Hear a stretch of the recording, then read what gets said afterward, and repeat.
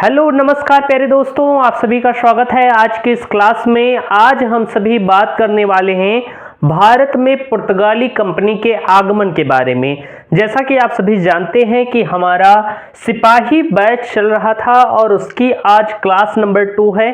पिछली वाली क्लास में हम सभी ने जाना था कि भारत में यूरोपीय कंपनियों का आगमन क्यों हुआ, क्या कारण थे, और हमने यह भी जान लिया था कि समुद्री मार्ग से भारत की खोज करने वाला व्यक्ति कौन सा था। इन सब के बारे में हम बेहतर तरीके से समझ चुके हैं। सिपाही बैच में हम सभी पढ़ रहे हैं यहाँ पर आधुनिक इतिहास। बहुत सारे विद्यार्थी पूछ रहे थे भैया कि ये जो बिहार पुलिस कांस्टेबल एग्जाम की जो ये क्लास है ये फ्री ऑफ कॉस्ट यूट्यूब पर ही चलेगी। तो जी हाँ, बिल्कुल, ये पूरी सीरीज मैं आपको यूट्यूब पर ही कंप्लीट कराने वाला हूं। तो चलिए शुरुआत करते हैं इस बेहतरीन से दिन की और बात करते हैं आज के टॉपिक की कि भारत में पुर्तगालियों का आगमन किस तरीके से हुआ और इसे हम बेहतर तरीके से समझेंगे। तो हम स्टार्ट करते हैं कल जो लास्ट में हमने थोड़ा पढ़ा था उसे रिवीजन करते हुए बेहतर तरीके से।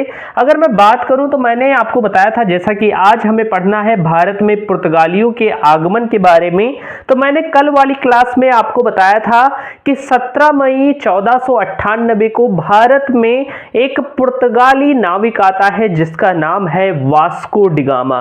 मैंने क्या बताया था कि 17 मई मैंने और सारी चीजें वास्को डिगामा से रिलेटेड सारी चीजें बता दी थी कि किस तरह वह भारत पहुंचा, लेकिन अब हम यहां से स्टार्ट करेंगे कि 17 मई 1498 को वास्को डिगामा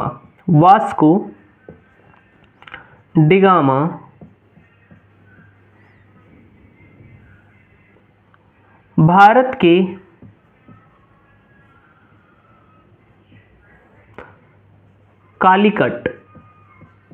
के कालीकट जो कि कहां पर स्थित है, तो आप कहेंगे भैया कालीकट केरल राज्य में स्थित है, एक बंदरगाह है।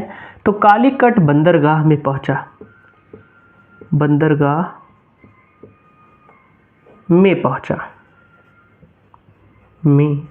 पहुंचा। थोड़ा राइटिंग से आपको कंप्रोमाइज करना होगा क्योंकि लगभग 1 महीने हो गए क्लासेस मैंने ली नहीं, तो हाथ फिर से बैठने में टाइम लगेगा। मैं बात करूं 17 मई 1498 को क्या घटना होती है कि वास्को डिगामा नाम का एक पुर्तगाली नाविक भारत पहुंचता है, भारत के कालीकट बंदरगाह में जो कि केरल में स्थित है। किसकी मदद से पहुंचता है, तो मैंने आपको बताया था कि अब्दुल मजीद एक गुजराती व्यापारी था। पिछली वाली क्लास में आपको बता दिया था कि उसकी मदद से वास्को डिगामा भारत पहुंचा था केरल के कालीकट बंदरगाह पर। अगर मैं बात करूं कालीकट नामक स्थान पर पहुंचा था। अब हम बात करें तो जब वह भारत में पहुंचा तो 1498 में जमोरिन जो कि कालीकट का शासक था, जमोरिन कौन था भैया, तो आप कहेंगे जमोरिन कालीकट का शासक था। कालीकट का शासक था। ये सारी चीजें आप लिखते हुए चलेंगी कि जमोरिन कालीकट का शासक था। और जमोरिन जो है ये किसी शासक का नाम नहीं है, यह एक उपाधि है। यह क्या है भैया, यह एक उपाधि है। उपाधि क्यों है, क्योंकि जमोरिन उनको कहा जाता था जिनका प्रभुत्व समुद्र पर होता था, यानी कि जिनकी शक्ति समुद्र पर स्थापित होती थी। इन्हें अगर हम बात करें तो हिंदी राजा यानी कि उत्तर भारतीय राजा इन्हें समुद्री कहते थे और दक्षिण भारत के राजा इन्हें समूथरी कहते थे। किसको भैया, जमोरिन को। लेकिन पुर्तगाली समूथरी शब्द बोल नहीं पाते थे या समुद्री शब्द नहीं बोल पाते थे, तो पुर्तगालियों की भाषा में समुद्री यानी कि जिसका समुद्र पर वर्चस्व हो उसे क्या कहा जाता है, उसे जमोरिन कहा जाता है। इसीलिए पुर्तगालियों ने अपनी भाषा से एक शब्द चुना, जमोरिन। वैसे भारत के शासक उन्हें समुद्री ही कहा करते थे या दक्षिण भारतीय शासक समुद्री कहा करते थे, क्योंकि उनका प्रभुत्व जो था वो समुद्र में बहुत ज्यादा था। समुद्र में उनकी नौसेना शक्तिशाली थी। लेकिन पुर्तगाली जो व्यक्ति थे वो हिंदी भाषा तो जानते नहीं, इसलिए उन्होंने समुद्री शब्द की जगह जमोरिन का प्रयोग किया। यह एक शब्द है और जमोरिन का अर्थ होता है एक ऐसा शासक जिसकी शक्ति नौ सेना बहुत अधिक हो या जिसकी शक्ति समुद्र में अधिक हो, उसे जमोरिन कहा जाता है। ये एक तरीके की उपाधि थी। और भैया ये जो जमोरिन जो उस समय शासक हुआ करते थे कालीकट के, उन्होंने वास्को डी गामा का स्वागत किया। उन्होंने क्या किया था भैया, तो आप कहेंगे वास्को डी गामा का स्वागत किया। ये बात आप लिख लेंगे। आप अपनी नोट्स में ये हेडिंग डाल देंगे कि भारत में पुर्तगाली कंपनी का आगमन या भारत में पुर्तगालियों का आगमन, क्योंकि हम यहाँ से समझेंगे। पिछली क्लास में हम इतनी चीज़ें डिस्कस कर चुके थे, लेकिन मैंने सोचा क्योंकि पुर्तगाली यहीं से स्टार्ट होते हैं, पहला पुर्तगाली व्यक्ति यही था जो भारत आया, वास्को डी गामा, इसलिए हम यहाँ से थोड़ा रिलेट कर अच्छे से समझ जाएंगे। अब मैं बात करूँ आगे की चीज़ों के बारे में, तो ये कालीकट पहुँच गया। अच्छा, कालीकट में जब यह पहुँचा तो वास्को डी गामा ने देखा, क्योंकि यह मसालों के लिए आया था। मैंने आपको बताया था कि जो यूरोप था वहाँ पर लोग मांस ज़्यादा खाते हैं, ठंडा प्रदेश है, तो जो मांस होता है वो लंबे समय तक खराब ना हो, यानी कि अच्छा रहे, इसलिए उस पर मसाले लगाए जाते थे। गरम मसाले जो होते हैं, जैसे काली मिर्च हो गया, मेन इसमें काली मिर्च ही थी, और भी सारी चीज़ें हो गई, और इससे मांस का स्वाद बढ़ भी जाता था। इसलिए यूरोप लोग भारत से मसालों का व्यापार करते थे। लेकिन जब मार्ग बाधित हो गया था, कुस्तुतनिया पर तुर्कों का अधिकार हो गया था, अरबियों का अधिकार हो गया था, तो उसके पश्चात इन्होंने नई समुद्री मार्गों की खोज की और तत्पश्चात 1498 में वास्को डी गामा नाम का व्यक्ति सफल हुआ। तो वो मसाले के लिए ही भारत आया था। अच्छा, यहाँ पर क्या होता है कि वास्को डी गामा जमोरिन से मिलता है। जमोरिन ने वास्को डी गामा को व्यापार करने की अनुमति नहीं दी थी। वास्को डी गामा भारत इसीलिए आया था व्यापार करने के लिए, लेकिन क्या हुआ कि जो जमोरिन था, ये आप लिखेंगे कि जमोरिन जो उस समय शासक थे कालीकट के, जमोरिन ने वास्को लिख दिया। आप समझ जाएंगे वास्को डी गामा में लिख रहा हूं। वास्को को व्यापार की अनुमति नहीं दी, यानी कि व्यापार करने के लिए उन्होंने अनुमति नहीं दी, परमिशन नहीं दी। मान लीजिए कोई भी, अगर पहले के ज़माने में क्या होता था कि कोई भी व्यापार करने अगर दूसरे राज्य में जा रहा है तो सबसे पहले वो वहाँ के राजा से अनुमति मांगता था कि क्या मैं आपके राज्य में व्यापार कर सकता हूँ। अगर राजा मना कर देता था तो व्यापार नहीं कर सकते थे। ठीक उसी प्रकार से जमोरिन ने वास्को डी गामा को व्यापार की अनुमति नहीं दी, लेकिन उसने कहा कि तुम कालीकट को अच्छे तरीके से घूम सकते हो, यानी कि इसने घूमने की अनुमति दे दी। वास्को को घूमने की अनुमति मिली। जमोरिन ने कहा कि तुम व्यापार नहीं करोगे, लेकिन तुम क्या करोगे, तुम घूम सकते हो, तुम कालीकट को अच्छे से घूम सकते हो, यहाँ के पेड़ पौधे, यहाँ के प्राकृतिक सुंदरता को देख सकते हो, तुम घूम सकते हो, लेकिन तुम व्यापार अभी नहीं शुरू कर सकते। तो इतनी चीजें हो गई। वास्को डी गामा कई समय तक वहां पर रहा, कुछ दिनों तक, और फिर उसके पश्चात यह क्या करता है कि यह कालीकट से काली मिर्च खरीदकर वापस ले जाता है। कहां पर भैया, पुर्तगाल में। तो वापस लौटते वक्त वास्को डी गामा ने यहाँ से क्या किया था, आप लिख लेंगे कि वास्को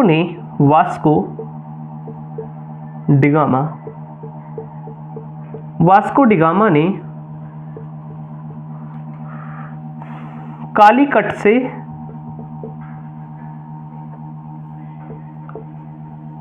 काली मिर्च खरीदी।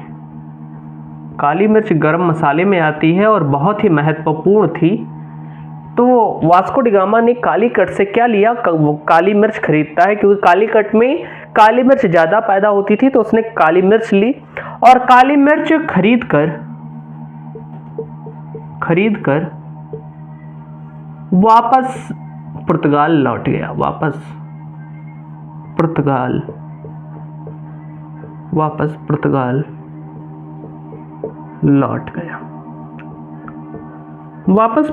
लौट गया। यानी वास्को डी गामा कालीकट से काली मिर्च खरीदता है और फिर वापस लौट जाता है।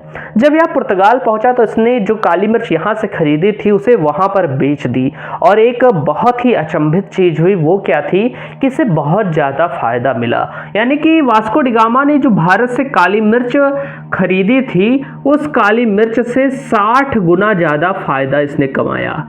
60 गुना ज़्यादा फायदा, 60 गुना ज़्यादा फायदा कमाया। वास्को डी गामा ने 60 गुना ज़्यादा फायदा कमाया, और उसने वहाँ पर खूब सारे घर ले लिए, गाड़ियाँ ले ली, बहुत अमीर हो गया वास्को डी गामा। जैसा गया था उससे पता नहीं कितने गुना ज़्यादा अमीर हो गया।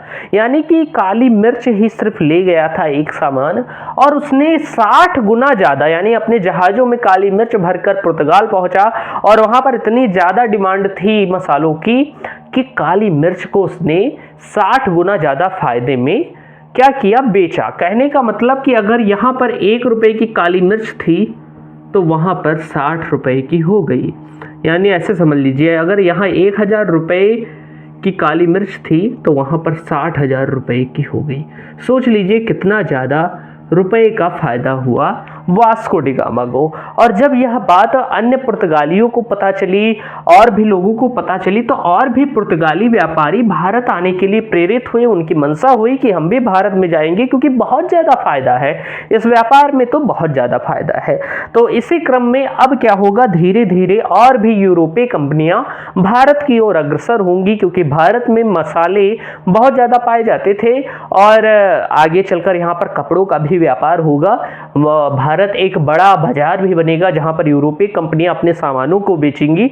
तो हर चीज से भारत बहुत ही महत्वपूर्ण था। तो अब क्या होता है, जब ये 60 गुना ज़्यादा फायदा कमा लेता है तो इसके पड़ोसी भी देखते हैं, जलते हैं कि अब मैं भी भारत जाऊंगा और ऐसे ही कमा कर धन वापस लाऊंगा। तो फिर आप देखेंगे कि वास्को डी गामा अब यहाँ तक हो गया। अब मैं थोड़ा बात कर लेता हूँ और भी चीज़ों के बारे में वास्को डी गामा की, कि वास्को डी गामा 3 बार भारत आया था। पहला तो भैया ये 1498 में आया था, जो कि मैंने लिखा ही दिया है। इस बार ये वापस गया, ये फर्स्ट टाइम आया था। दूसरी टाइम अगर मैं बात करूँ तो 1502 में आया था भारत। वास्को डी गामा 3 बार भारत आया। पहली बार 1498 में, दूसरी बार 1502 में, और तीसरी बार आता है लंबे समय बाद 1524 में, और इस बार इसकी मृत्यु भी भारत में हो गई। ये इसका 3rd टाइम था, और इस बार भारत में मृत्यु हो गई। भारत में मृत्यु हो गई, मृत्यु हो गई। तो आप लिख लेंगे कि भारत में वास्को डी गामा की मृत्यु भारत में ही हो गई थी। ये बात आपको ध्यान रखनी है। तो वास्को डी गामा 3 बार भारत आया था, 1498, 1500 और 1524, और भारत में ही इसकी मृत्यु हो गई थी। इतनी चीजें आपको क्लियर होंगी। अब हम बात करते हैं आगे के पुर्तगालियों के बारे में। इतनी चीजें आप पहले नोट कर लीजिए।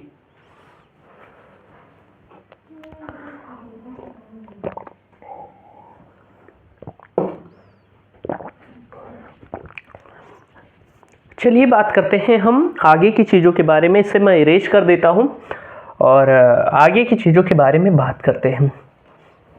अच्छा, अभी मैंने आपको क्रम नहीं बताया कि किस क्रम में भारत में यूरोपीय कंपनियां आई। तो पहले हम भारत में आने वाले यूरोपीय कंपनियों के क्रम को थोड़ा देख लेते हैं, फिर हम पुर्तगालियों को कंटिन्यू करते हैं, क्योंकि उसे आपको पहले लिखना चाहिए।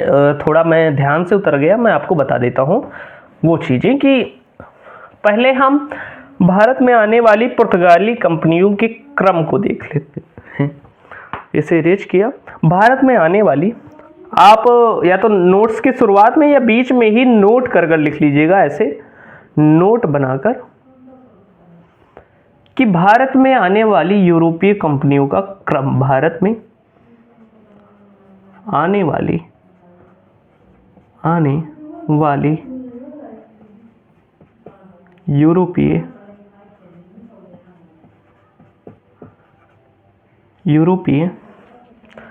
कंपनियों का क्रम, कंपनियों का क्रम, यानी कि किस क्रम में भारत में यूरोपीय कंपनियों का आगमन हुआ। सबसे पहले कौन आया, उसके बाद कौन आया, और उसके बाद कौन आया। तो इसके लिए एक ट्रिक मैं बता देता हूं। आप दिन भर पीडीएफ रटते रहते हैं कि मुझे पीडीएफ दे दीजिए सर, नोट्स दे दीजिए पीडीएफ में। पीडीएफ सभी रखे होते हैं लेकिन पढ़ता कोई नहीं है, बस मोबाइल के स्पेस में पड़ा रहता है। आप खुद लिखेंगे तभी अच्छे तरीके से पढ़ पाएंगे। तो आप एक ट्रिक, आपने पीडीएफ का नाम सुना होगा, पीडीएफ का नाम सुना होगा, तो इस पीडीएफ को थोड़ा हम और तोड़ते हैं, यानी कि एक ट्रिक मैं बना रहा हूं। आप क्या लिखें कि पीडी लिखा है ना, तो इसके बीच में एक ई लगा दीजिए, यानी कि एक ट्रिक बनती है पीडी ईडी एफ। ये ट्रिक है, जैसे आप पीडीएफ करते हैं तो इस डी को हमने दो भागों में तोड़ दिया, एक डी और दो डी, और बीच में लगा दिया ई, तो ये हो गया PD ED F, PD ED F. ये ट्रिक है भैया, इससे आप याद रख सकते हैं कि भारत में किस क्रम में यूरोपीय कंपनियों का आगमन हुआ। ये कौन सा भैया ट्रिक है? PD ED F. लिख लीजिएगा कि एक ट्रिक है पीडी ईडी एफ। तो अगर मैं बात करूं पी से, तो पी से हो गया पुर्तगाली। अगर मैं डी से बात करूं तो इसके बाद आई डच। फिर मैं बात करूं ई, तो आप कहेंगे अंग्रेज। इसके बाद अगर मैं बात करूं फिर डी, तो डी फॉर हो गया डेनिश, और एफ फ्रांस। तो ये भैया क्रम था भारत में यूरोपीय कंपनियों के आगमन का। सबसे पहले पुर्तगाली आए, फिर डच आए, फिर डेनिश आए, पुर्तगाली आए, डच आए, फिर अंग्रेज आए, फिर डेनिश आए, और फिर फ्रांसीसी आए, या जिसे हम फ्रांस कहते हैं। आप लिख लीजिएगा फ्रांसीसी, ओके, फ्रांसीसी आए। तो ये क्रम है, ये क्रम आप नोट कर लिख लीजिएगा। अब हम आते हैं पुनः अपने टॉपिक पर। मैं चाहूँ तो इसे इरेज कर देता हूँ, आप नोट कर लीजिएगा। इसे इरेज कर देता हूँ कि स्पेस ज़्यादा बचे और फिर हम आगे की चीज़ों को समझ सके बेहतर तरीके से। आप पढ़ते हुए चलेंगे, मैं सारी चीज़ें आपको कवर अप कराने वाला हूँ, तनिक भी घबराने की ज़रूरत नहीं है। बिहार पुलिस कांस्टेबल के लिए एकदम बेहतरीन क्लास है ये, और बेहतर तरीके से आपको मैं सारी चीज़ें यहाँ पर पढ़ाने वाला हूँ। अच्छा, नोट्स आपको कहाँ मिलेंगे? मेरे टेलीग्राम चैनल के लिंक नीचे दी गई है, या मेरे चैनल का ही नाम स्टडी विद मिलिंद, आप टेलीग्राम पर सर्च कर लेंगे तो वहाँ पर मिल जाएगा, नहीं तो डिस्क्रिप्शन बॉक्स में मैं उसकी लिंक डाल दूंगा। इसके पश्चात अगर मैं बात करूँ साथी, तो हमने जान लिया कि वास्को डी गामा के बारे में जान लिया। मैंने आपको बताया कि वास्को डी गामा को जमोरिन ने अनुमति नहीं दी थी कि आप यहाँ पर व्यापार करें, क्योंकि जो जमोरिन था कालीकट का शासक, वो अरब व्यापारियों से प्रभावित था और अरब व्यापारी से वो व्यापार करता था, इसलिए उसने पुर्तगालियों को अनुमति नहीं दी। इसी क्रम में क्या होता है कि 1498 में वास्को डी गामा आया, उसके 2 सालों बाद 1500 में एक इंसान आता है जो कि बहुत ही महत्वपूर्ण है, जिसने ब्राजील की खोज की थी। उसका नाम है Pedro Alvares Cabral. Pedro Alvares Cabral, Pedro Alvares Cabriel, या कैब्रल हम जिसे कहते हैं, कैब्रल। ये एक व्यक्ति का नाम है, पेड्रो अल्वारेज कैब्रल। 1500 ईस्वी में क्या होता है कि पेड्रो अल्वारेज कैब्रल नामक पुर्तगाली व्यक्ति का आगमन होता है। नामक पुर्तगाली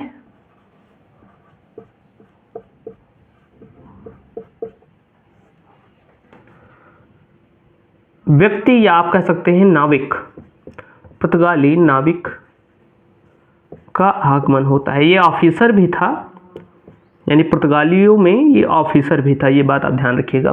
तो 1500 ईस्वी में पेड्रो अल्वारेज कैब्रल का आगमन होता है। अच्छा, ये जो पेड्रो अल्वारेज कैब्रल है, ये किस लिए फेमस है भैया? तो इसने ब्राजील की खोज की थी। ये ब्राजील का खोज करता है, ब्राजील का खोज करता है। तो ये भैया अपने जहाज़ों और सेनाओं के साथ भारत पहुंचता है, और जैसे ही भारत पहुंचता है तो जमोरिन को ये बात जैसे ही पता चलती है, जमोरिन और इन दोनों के मध्य क्या होता है? युद्ध हो जाता है। इन दोनों के मध्य क्या होता है? युद्ध हो जाता है। और ये जो भैया पेड्रो अल्वारेज कैब्रल है, इसने क्या किया? तो आप कहेंगे पेड्रो अल्वारेज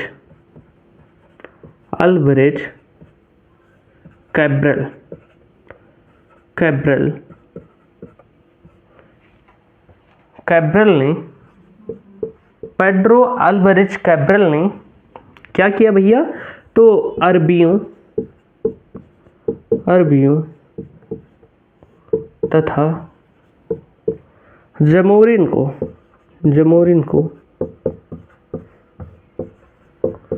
पराजित कर दिया। यानी कि पेड्रो अल्वारेज कैब्रल अपने जहाजी बेड़े के साथ भारत पहुंचता है, क्योंकि जमोरिन ने व्यापार की अनुमति नहीं दी थी। तो जब कोई व्यापार की अनुमति ना दे तो या तो आप उससे पहले अनुमति मांग सकते हैं, उससे कह सकते हैं भैया दे दो व्यापार करने को। लेकिन अगर आप शक्तिशाली हैं, एक बार आपने रिक्वेस्ट की कि मुझे मौका मिलना चाहिए, नहीं मिला, तो दूसरी बार अगर आपके पास सेना है तो आप आक्रमण कर लेंगे। यानी कि साम दाम दंड भेद की नीति अपनाना। एक बार बात करके सोच लिया, कुछ रुपए ले लो लेकिन व्यापार करने दो। लेकिन जब कुछ नहीं मानी तो अंततः पेड्रो अल्वारेज कैब्रल नामक पुर्तगाली नाविक ने इन पर आक्रमण किया अपने जहाजी बेड़े के साथ, और इस बार अरबियों तथा जमोरिन को पराजित कर दिया। क्योंकि इनकी नौसेना ज्यादा शक्तिशाली थी, काफी वर्षों से ये खोज ही कर रहे थे, तो इन्हें समुद्र के बारे में ज्यादा चीजें पता थी और इन्होंने आसानी से जमोरिन को पराजित कर दिया। जमोरिन को पराजित करने के बाद क्या हुआ कि पेड्रो अल्वारेज कैब्रल ने भारत में प्रथम बार पुर्तगाली वर्चस्व को स्थापित किया। यानी आप लिख सकते हैं कि पेड्रो ने, मैं पेड्रो आधा ही नाम लिख देता हूं, पेड्रो ने क्या किया, या आप लिख सकते हैं कैब्रल, पीछे वाला नाम आप ध्यान रखिएगा,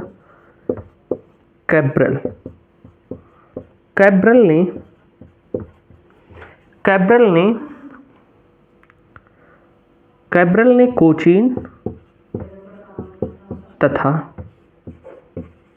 कन्नूर, ये दोनों केरल में ही स्थित हैं, बंदरगाह हैं, कोचीन तथा कन्नूर पर पुर्तगाली वर्चस्व को स्थापित किया। पुर्तगाली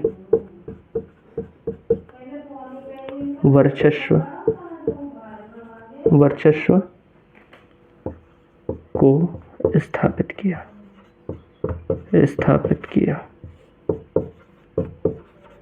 यानी कि इसने क्या किया, इसने युद्ध लड़ा, युद्ध में जमोरिन को पराजित किया, और उसके पश्चात इसने दो बंदरगाहों कोचीन तथा कन्नूर पर पुर्तगाली वर्चस्व को क्या किया भैया, स्थापित किया।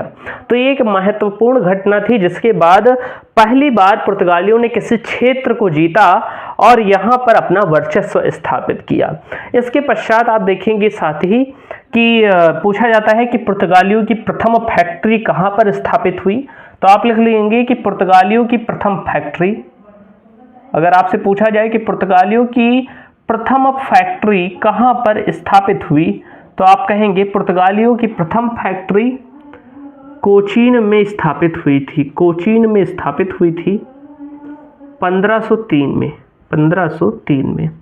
अच्छा, आपसे पूछा जाए कि दूसरी फैक्ट्री कहाँ पर स्थापित हुई थी, ये प्रश्न अक्सर पूछ लिए जाते हैं, तो आपको ध्यान रखना है कि पुर्तगालियों की दूसरी फैक्ट्री कन्नूर में स्थापित हुई थी। ये दोनों जगह वही थी जहां पर पेड्रो अल्वारेज कैब्रल ने जिसे जीता था। अगर मैं बात करूं कन्नूर की, तो यहाँ पर पुर्तगाली फैक्ट्री की स्थापना 1505 में हुई। फैक्ट्री कहने का मतलब कि जो सामान ये भारत से लेते थे वहां पर एकजुट करते थे। जब वो इकट्ठा एकजुट हो जाता था तब उसे जहाज में लाकर पुर्तगाल भेजते थे। यहाँ फैक्ट्री कहने का बिल्कुल ये मतलब नहीं है कारखाना। यहाँ फैक्ट्री कहने का मतलब केवल ये है कि एक तरह का गोदाम। कोई यहाँ फैक्ट्री नहीं लग गई कि जैसे कारखाने में नई चीजें बनती हैं, ये फैक्ट्री कहने का मतलब नहीं है। ये क्या है कि फैक्ट्री कहने का मतलब कि एक तरीके से गोदाम जहां पर सामान रखते थे। जैसे पहले आप क्या करेंगे कि कहीं सामान आपको व्यापार करना है तो पहले उस जगह से सामान खरीदेंगे और किसी एक जगह पर वहीं पर रखेंगे और फिर उसे जहाज में लाद कर पुर्तगाल ले जाएंगे। तो एक तरह का गोदाम हुआ करता था फैक्ट्री। तो ये दो फैक्ट्रियां जो प्रश्न पूछे जा सकते हैं कि प्रथम फैक्ट्री कहाँ हुई और द्वितीय फैक्ट्री कहाँ पर हुई, इतनी चीजें आपको क्लियर होंगी साथी। अब इसके बाद मैं बात करता हूँ। अब यहाँ तक तो सारी चीजें सही चल रही थी। पेड्रो अल्वारेज कैब्रल ने ये सारी चीजें जीत ले। लेकिन अब क्या होगा कि अब शुरुआत होगी भारत में पुर्तगाली गवर्नरों के आने की, भारत में पुर्तगाली गवर्नरों का आगमन होगा। तो आप लिखेंगे कि इसके पश्चात क्या होगा कि पुर्तगाली सत्ता को और अच्छे तरीके से स्थापित करने के लिए, साम्राज्य का विस्तार करने के लिए पुर्तगाली गवर्नरों का आगमन होगा। पुर्तगाली गवर्नरों का आगमन, गवर्नरों का आगमन। कुछ हम प्रमुख पुर्तगाली गवर्नरों के बारे में पढ़ने भी वाले हैं जिनसे परीक्षा में प्रश्न पूछा जा सकता है। तो पुर्तगाली गवर्नरों का आगमन होगा। और अगर मैं बात करूं पहला गवर्नर कौन था भैया, तो पहला गवर्नर था Francis de Almeida. Francis de Almeida, Francis de Almeida. आप ध्यान देंगे कि जो प्रथम पुर्तगाली गवर्नर जो भारत आया उसका नाम था फ्रांसिस दी अल्मेडा। यह 1505 से 1509 तक आप कह सकते हैं भारत का गवर्नर रहा। यानी कि भारत में जहां उस क्षेत्र में पुर्तगाली साम्राज्य स्थापित था वहां का गवर्नर रहा कौन भैया, तो आप कहेंगे Francis de Almeida. Francis de Almeida ये एक पहला गवर्नर था। तो आप लिख लेंगे, आपसे पूछा जा सकता है कि प्रथम पुर्तगाली गवर्नर कौन था, तो आप लिखेंगे प्रथम पुर्तगाली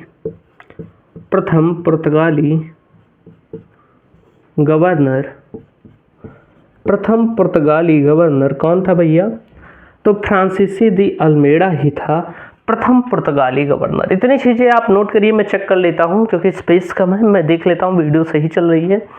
जी हाँ, बिल्कुल सही चल रही है, झक्कास क्लास चल रही है। और अब हम बात करेंगे आगे की चीज़ों के बारे में, इसे नोट करिए फटाफट।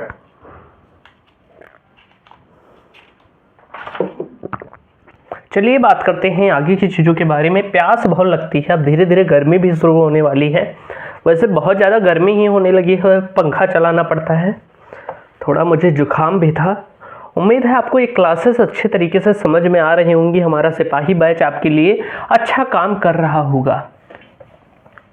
अब मैं बात करता हूँ आगे की चीज़ों के बारे में। तो मैंने आपको बताया कि पहला पुर्तगाली गवर्नर जो भारत आया उसका नाम था फ्रांसिस दी अल्मेडा, या जिसे हम फ्रांसिस्को दी अल्मेडा भी कह देते हैं। हम पढ़ रहे थे Francis de Almeida, Francis de Almeida, Almeida या अल्मेडा दोनों कह सकते हैं। 1505 से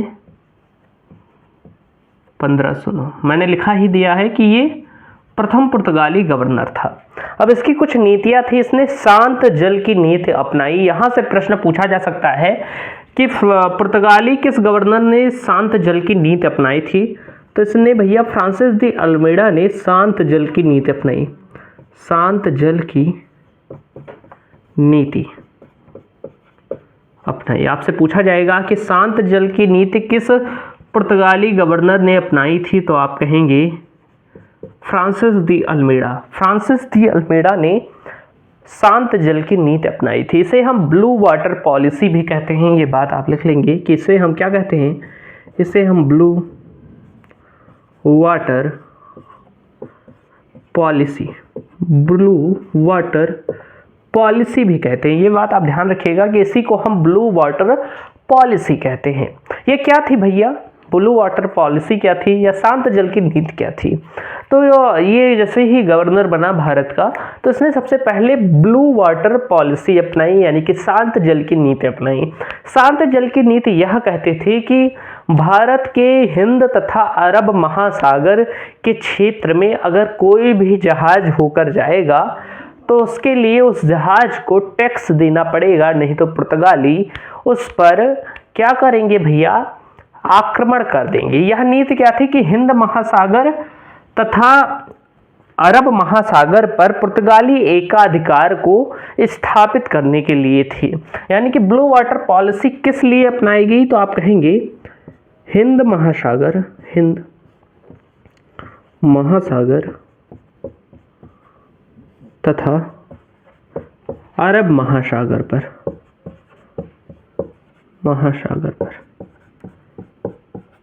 पर पुर्तगाली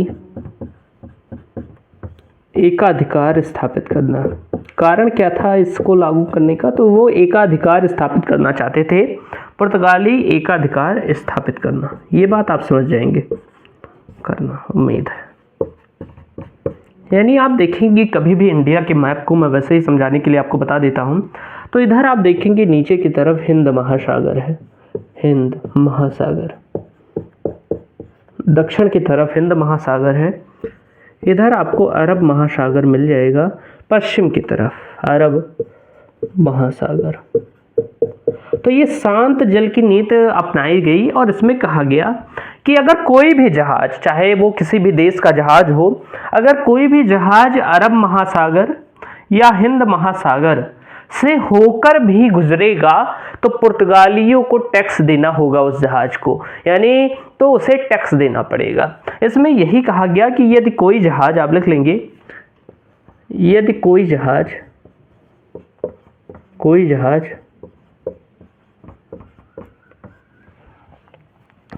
जहाज हिंद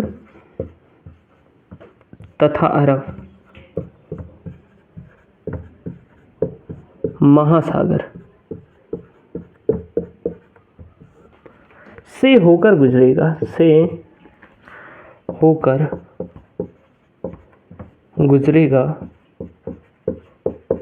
तो उसे टैक्स देना होगा,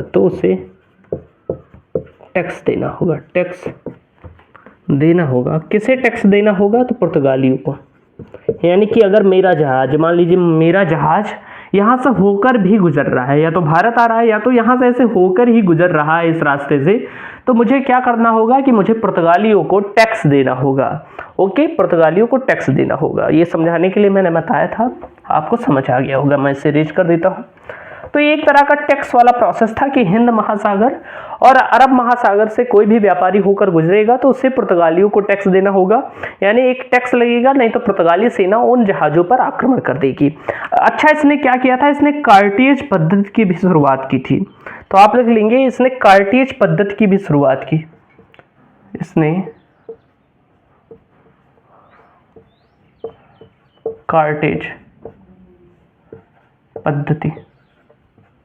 इसने कार्टेज पद्धति की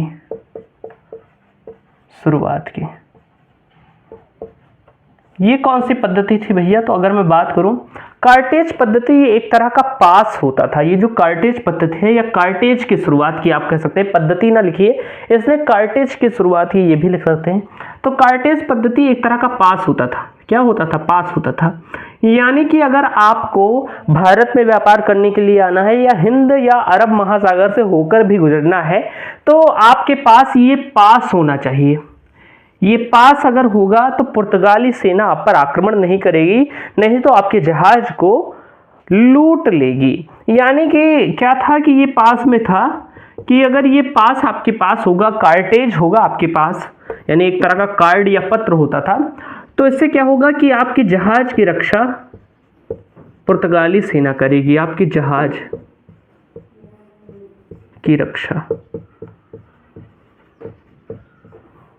पुर्तगाली सेना करेगी, पुर्तगाली सेना करेगी, लुटेरों से करेगी। और यदि पास नहीं है, यदि कार्टेज यानी कि पास नहीं है, कार्टेज या पास नहीं है, तो आपके जहाज को पुर्तगालियों द्वारा लूट लिया जाएगा। ये बात आप समझ लीजिए, चाहे लिखिए ना, पुर्तगालियों द्वारा लूट लिया जाएगा, ये बात आपको ध्यान रखनी है कि यानी कार्टेज एक तरह का पास होता था। अगर आपके पास है तो पुर्तगाली सेना स्वयं आपकी रक्षा करेगी, नहीं तो रक्षा भी नहीं करेगी और मौका मिला तो आपके जहाज को पुर्तगाली सेना ही लूट लेगी। तो ये सारी चीज़ें थी जो फ्रांसिस डी अल्मेडा के लिए महत्वपूर्ण थी। वैसे इसे और भी चीज़ें करने के लिए भेजा गया था, लेकिन यह असफल रहा, उतनी अच्छी चीज़ें नहीं कर पाया। इसे नोट करिए, पानी पी लेता हूँ फिर बात करते हैं। चलिए अब हम बात करते हैं आगे की चीज़ों के बारे में और बेहतर तरीके से हर एक प्रोसेस को समझते हुए चलते हैं। मैं इसे रेज करता हूँ और फिर हम बात करते हैं आगे की चीज़ों के बारे में। उम्मीद है क्लासेस आपको बेहतर तरीके से समझ में आ रही होंगी। ये एक गवर्नर तो हो गए हैं, 2 और बचे हैं थोड़े थोड़े, उन्हें भी हम समझ लेते हैं।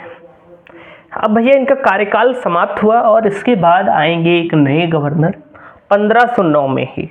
1509 ईस्वी में एक और गवर्नर आएंगे और एक महंतम गवर्नर है पुर्तगालियों के लिए। उनका नाम क्या है?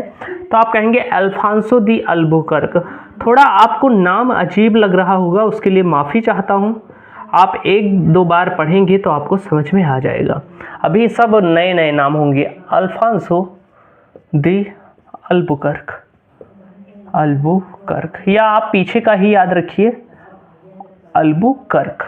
ओके, अल्फांसो दी अल्बुकर्क 1509 में भारत के गवर्नर बन के आए और 1515 तक इनका कार्यकाल रहा। ये बात आप ध्यान रखेंगे, अल्फांसो दी अल्बुकर्क। अगर मैं इनकी बात करूं तो ये एक क्या थे, महत्वपूर्ण गवर्नर थे। इन्होंने आते ही क्या किया कि इन्होंने आते ही, आप कहेंगे इन्होंने, यानी कि अल्फांसो दी अल्बुकर्क ने, इन्होंने हार्मुस जल संधि, हार्मुस या हारमुज जल संधि, हार्मुस भी लिख सकते हैं या हारमुज जल संधि, मलक्का जल संधि, मलक्का जल संधि तथा अडेन की खाड़ी, अडेन की खाड़ी पर पुर्तगाली वर्चस्व स्थापित किया, पर पुर्तगाली वर्चस्व स्थापित किया।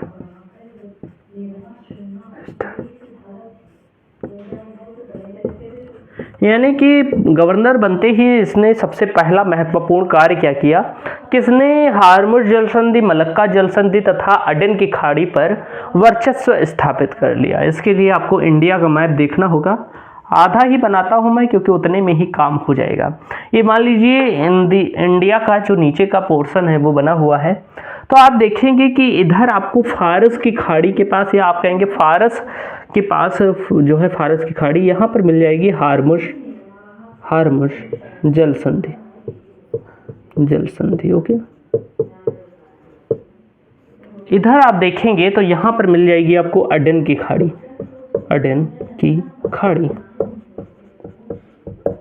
और इधर आपको लगभग इंडोनेशिया के नीचे आप कह सकते हैं, यहाँ पर मिल जाएगा मलक्का जल संधि। तो ये देखिए, ये कुछ जल संधियां हैं, खाड़ियां हैं, जिस पर उसने क्या किया कि अपना पुर्तगाली वर्चस्व स्थापित कर लिया। यानी कि इन क्षेत्रों में उसने अधिकार कर लिया। वर्चस्व स्थापित करना का मतलब क्या हुआ, उसने इस क्षेत्रों पर अधिकार कर लिया। अच्छा क्या है कि ये जो हार्मुज जल संधि है, ये भारत के लिए समुद्री मार्ग का प्रवेश द्वार है। यानी कि कोई भी कंट्री अगर भारत में जल मार्ग के द्वारा आना चाहती है तो उसे हार्मुज जल संधि को पार करना होगा। अगर उधर से भी आना चाहती है तो मलक्का जल संधि से जाना होगा, नीचे से भी आना चाहती है तो अडेन की खाड़ी से होकर जाना होगा। यानी इसने भारत में आने वाले प्रवेश द्वार पर अधिकार कर लिया। आप लिख सकते हैं कि इसने भारत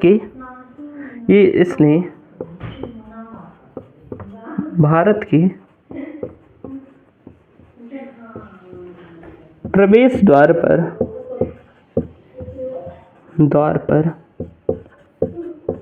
अधिकार कर लिया।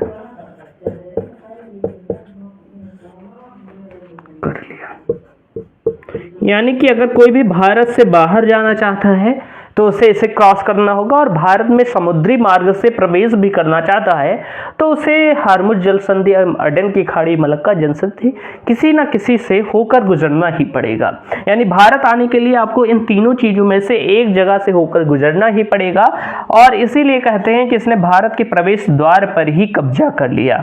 अब इससे क्या हुआ कि कोई भी और कंपनी या कोई भी और व्यापारी आएगा तो उससे टैक्स कलेक्ट करेंगे, और एक तरह का एकाधिकार अब कायम हो गया कि एकदम भारत पर अब हमारा ही अधिकार है। ये वाली रीति आ गई कि अब हम एंट्री और एग्जिट पॉइंट पर हम ही हैं, तो ना कोई मुझसे बिना पूछे बाहर जा सकता है और ना ही प्रवेश कर सकता है।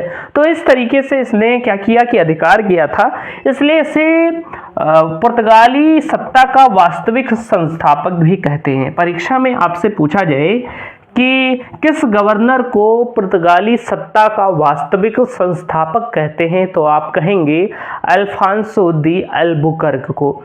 आप ध्यान देंगे अगर आपसे पूछा जाए कि पुर्तगाली सत्ता का वास्तविक संस्थापक कौन है, पुर्तगाली सत्ता का वास्तविक संस्थापक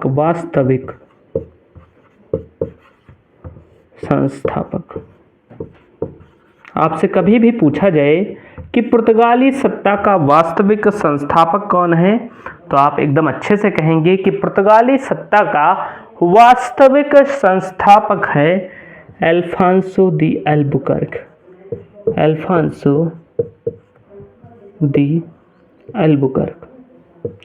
अल्बुकर्क। क्योंकि इसने भारत के प्रवेश द्वार और एग्जिट पॉइंट पर प्रभुत्व स्थापित कर लिया था, और एक तरीके से बहुत सारी चीजें सही की, जिसके बाद पुर्तगाली सत्ता का खूब ज़्यादा क्या हुआ, विस्तार हुआ।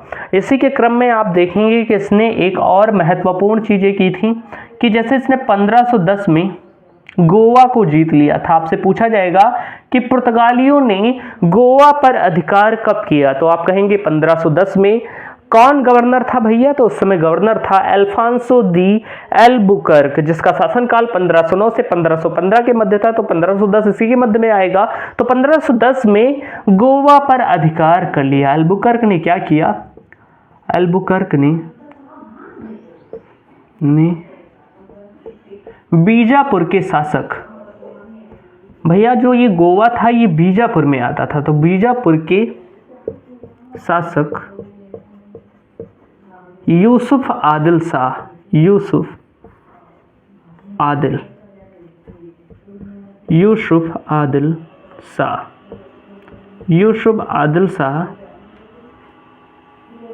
से गोवा जीत लिया।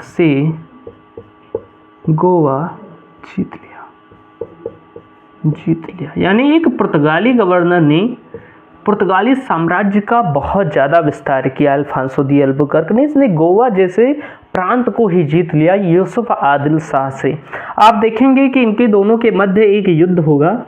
अल्फांसो दी अल्बुकर्क 1510 में ही लड़ेंगे किसके विरुद्ध, तो आदिल शाह, यूसुफ आदिल शाह, मैं आदिल शाह ही लिख देता हूँ। इनके मध्य युद्ध होगा और इसमें ये हार जाएंगे, ये विजयी हो जाएंगे। क्यों विजयी हो जाएंगे कि इनका साथ कौन दे रहा था, अल्बुकर्क का साथ दे रहे थे विजयनगर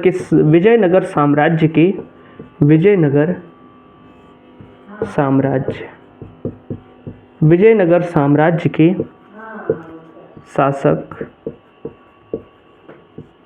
कौन भैया, तो आप कहेंगे कृष्णदेव राय।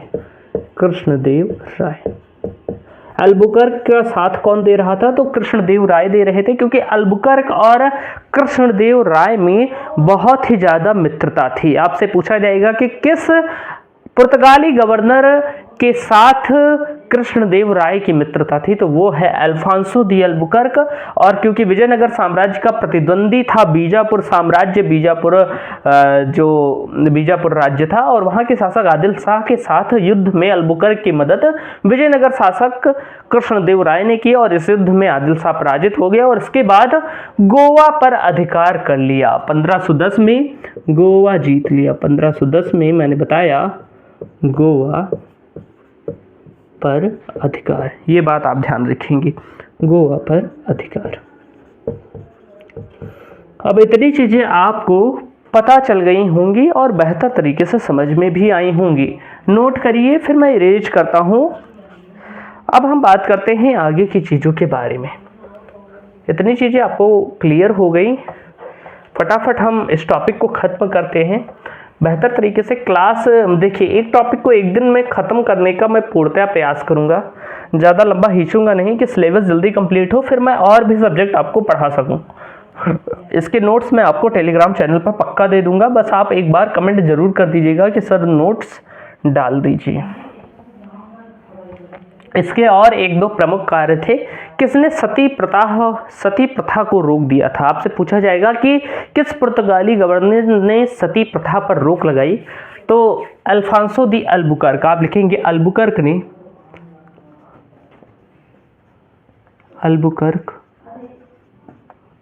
ने सती प्रथा, अल्बुकर्क ने सती प्रथा पर रोक लगा दी।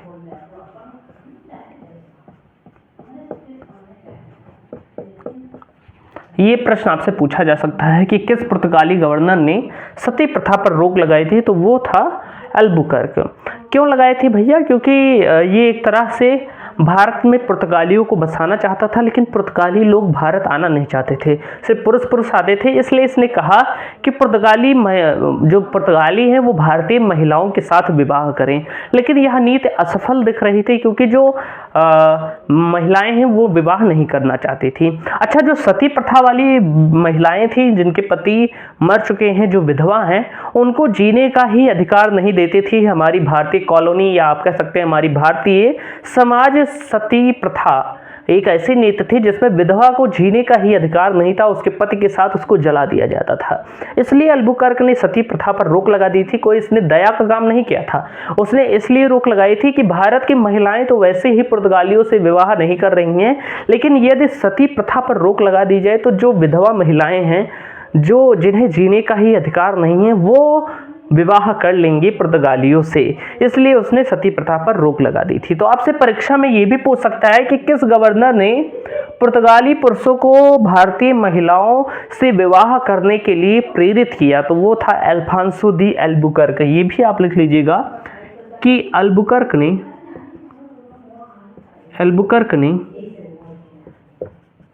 पुर्तगाली पुरुषों को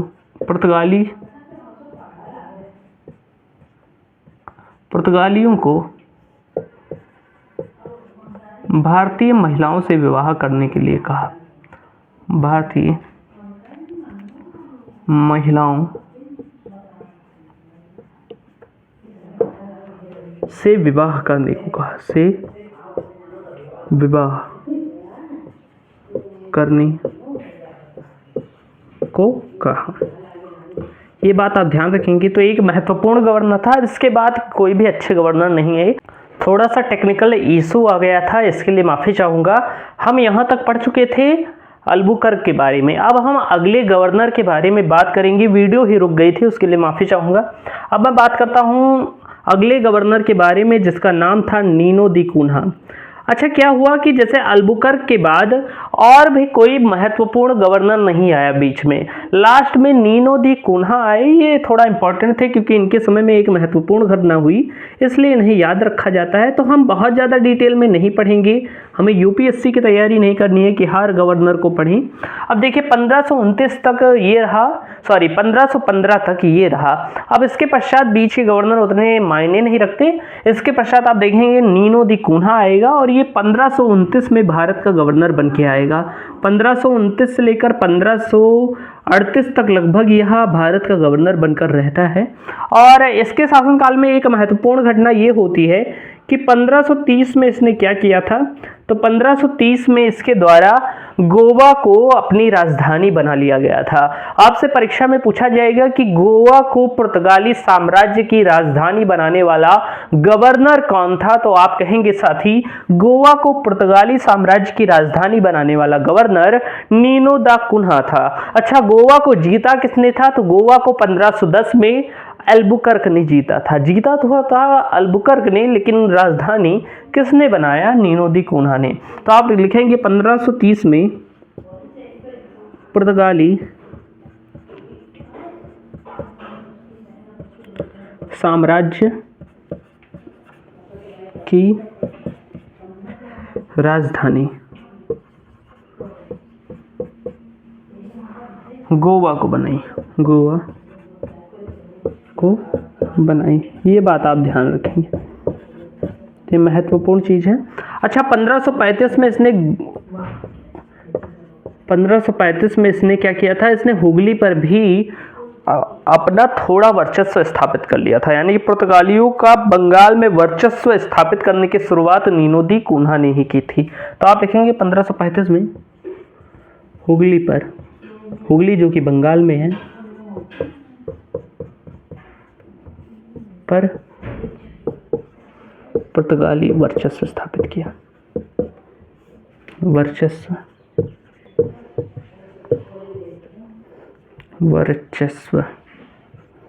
स्थापित किया। एक बार बना चुका था लेकिन फिर बनाना पड़ रहा है, कभी कभी हो जाता है सब। मेरी मोबाइल ही बंद हो गई, सिर्फ 50 मिनट तक की ही क्लास रिकॉर्ड हो पाई थी, इसलिए माफ़ी चाहूँगा। अब इसके बाद मैं आगे की बात करूँ तो यहाँ पर सारी चीज़ें अब खत्म हो चुकी हैं पुर्तगालियों के बारे में। पुर्तगालियों की देन अक्सर पूछ ली जाती है, तो आप हेडिंग डालेंगे अगली, पुर्तगालियों की देन, पुर्तगालियों की देन। पुर्तगालियों के देन की अगर हम बात करें साथी, तो इनकी कुछ प्रमुख देनें हैं जो कि परीक्षा में पूछ ली जाती हैं। जैसे कि आपको कितने लोगों को आलू बहुत पसंद है, तो जो आलू की खेती है हमने पुर्तगालियों से ही सीखी थी। आलू को हमने पुर्तगालियों से ही जाना था क्योंकि वही लेकर आए थे। पहले यहाँ पर आलू होता ही नहीं था। आलू सबको पसंद रहता है, समोसे में भी आलू रहता है, आलू की सब्जी हर सब्जी में रहती है, चाहे वो पनीर की हो, सब में आलू की सब्जी देखने को मिल जाती है। अगर मैं बात करूँ आलू की, सॉरी पनीर में नहीं मिलती, लेकिन आलू की सब्जी अक्सर सभी लोग बहुत ही ज़्यादा पसंद करते हैं। हर चीज़ में आलू लगभग पड़ ही जाता है, अधिकतर लगभग मान लिया जाए तो 50-60% से ज़्यादा सब्जियों में आलू कहीं ना कहीं रोल प्ले करता है। तो ये जो आलू सब्जी है पहले ये भारत में होती ही नहीं थी, इसकी शुरुआत पुर्तगालियों ने ही की थी, यानी कि पुर्तगालियों ने ही हमें सिखाया था कि आलू की खेती कैसे की जाती है। इसके बाद मैं बात करूँ संतरा, संतरा किसको किसको पसंद है भैया, तो संतरा भी यहाँ का नहीं है, पुर्तगालियों से हमने सीखा है। इसके बाद मैं बात करूँ अनानास, भैया अनानास हमने किससे सीखा था, तो अनानास जो कि फल में होता है वो भी हमने पुर्तगालियों से ही सीखा था। लीची बहुत लोगों को पसंद होगी और लीची भी हमने पुर्तगालियों से ही सीखी थी। इसके साथ साथ मिर्च हमने पुर्तगालियों से सीखी थी। तो क्या भारत का क्या था, सब हमने सीखा ही था? नहीं, भारत में बहुत सारी चीज़ें थी। तब कंदमूल खाया जाता था, आलू नहीं था तब कंदमूल खाया जाता था, वो चीज़ें खाई जाती थी। कंदमूल जो कि नीचे, ये भी एक तरह का कंदमूल ही है, लेकिन तब हमारे यहाँ कंदमूल होते थे, उसे खाया जाता था, जैसे कि शकरकंद होता है। ओके, अगर मैं बात करूँ मिर्च, इसके बाद मैं बात करूं और हमने क्या सीखा, तो हमने गॉथिक कला सीखी थी। गॉथिक कला, गॉथिक कला एक तरह की क्या है कि बिल्डिंग बनाने की कला है, आप कह सकते हैं चर्च को बनाने की कला है। और ये भी हमने किससे सीखी थी, तो पुर्तगालियों से ही सीखी थी गॉथिक कला। इसके द्वारा चर्च बनाया जाता है। गोवा के कई सारे चर्च इसी कला में बने हैं। मक्का, मक्का किसको किसको पसंद है, भुट्टा जिसे हम कहते हैं, मक्का भी हमने पुर्तगालियों से ही सीखा था। अच्छा, लास्ट में अगर हम बात करें तो प्रिंटिंग प्रेस, प्रिंटिंग प्रेस भी हमने पुर्तगालियों से सीखा था और इसकी शुरुआत 1556 में हुई थी, 1556 में, और ये भी हमने पुर्तगालियों से सीखा था। तो ये सारी चीज़ें थी जो पुर्तगालियों की देन थी। हम ये नहीं जानेंगे कि पुर्तगालियों की असफलता के कारण क्या थी, बहुत ज़्यादा डिटेल में नहीं जाना है क्योंकि बिहार पुलिस कांस्टेबल का बैच है, तो इसे हम उसी पॉइंट ऑफ व्यू से पढ़ेंगे। और अगर आप एसएससी की भी तैयारी करें, कोई भी एग्जाम की, तो भी इतना बहुत ही ज़्यादा सफिशिएंट है। तो चलिए, क्योंकि इतिहास कहीं नहीं बदलता, ये सारी चीज़ें हो गई। ये वीडियो आप देख लेंगे तो आपको 100% पुर्तगाली का भारत में आगमन समझ में आने वाला है। इसके बाद हम इसका प्रैक्टिस सेट भी करेंगे बेहतर तरीके से जल्द ही, तो मैं लेकर आऊँगा। आप सभी तैयार करते रहिए, इसे रिवाइज करते रहिए और इसके नोट्स बनाते रहिए। नोट्स आपको कहाँ मिलेंगे भैया, तो नोट्स आपको टेलीग्राम पर मेरे मिल जाएंगे, टेलीग्राम चैनल पर, जिसका नाम क्या है, तो नाम वही है भैया, study with Milind. Description box में आपको क्या मिल जाएगा, डिस्क्रिप्शन बॉक्स में लिंक मैं दे दूंगा। वैसे चैनल का नाम स्टडी विद मिलिंद ही है। चलिए मिलते हैं अगली वीडियो में, तब तक के लिए जय हिंद।